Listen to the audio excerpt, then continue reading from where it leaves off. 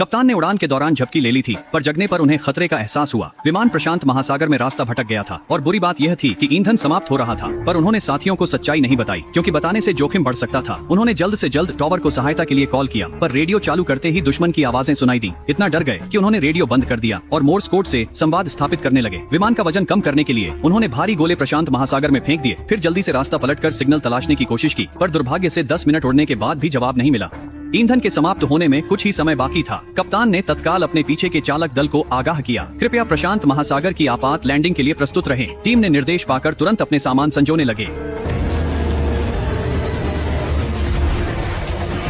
हालांकि विमान ने समुद्र में सुरक्षित उतरण किया, पर केबिन टक्कर से क्षतिग्रस्त हो गया था। जल्द ही विमान समुद्र के तल में डूबने लगेगा। इस महत्वपूर्ण पल में कप्तान ने कायक खोला। उन्होंने अपने साथियों को सहायता के लिए आवाज लगाई। आश्चर्यजनक रूप से उन्होंने पलटकर देखा कि विमान पहले ही समुद्र की तली में पहुंच चुका था, पर समय रहते उनके साथियों ने अपनी सीट बेल्ट खोल दी। इस तरह उन्होंने अपनी जान बचाई। जब वे सतह पर वापस आए तो उन्होंने कायक को पलटा, पर कायक बहुत छोटा था। तीनों को वर्टिकली साथ में खड़े होकर रहना पड़ा। आगे उन्हें बहुत चुनौतियां हैं। रात की समुद्री हवा बहुत ठंडी थी, पूरी तरह भीग चुके वे सभी कांप रहे थे। वे ठंड से बचने के लिए एक दूसरे के हाथ दृढ़ता से पकड़े रहे। वे आखिरकार सुबह तक पहुंच गए। सौभाग्य से उन्हें सर्दी नहीं लगी। उन्होंने उठकर एक खेल खेला। उनका विचार था कि जल्दी ही कोई उन्हें बचाने आएगा, पर कप्तान का चेहरा निराशा से भरा था, क्योंकि उन्हें पता था कि प्रशांत महासागर खतरों से भरा है। उनके पास नाव पर न पानी है न खाना, जैसा सोचा था। दोपहर तक उनका मुंह सूरज की किरणों से सूख गया। उन्हें अपने कपड़े उतारने पड़े सूरज से बचने के लिए। सिर्फ एक लड़का ऐसा था जो नहीं चाहता था। उसने न सिर्फ सूरज से बचने का नहीं सोचा, बल्कि अपने हाथ में कांटा घूरता रहा। मछलियां चारा नहीं ले रही थीं। वह इतना गुस्से में आया कि उसने अपने कपड़े उतार के कूद गया। एक और साथी भी कूदना चाहता था,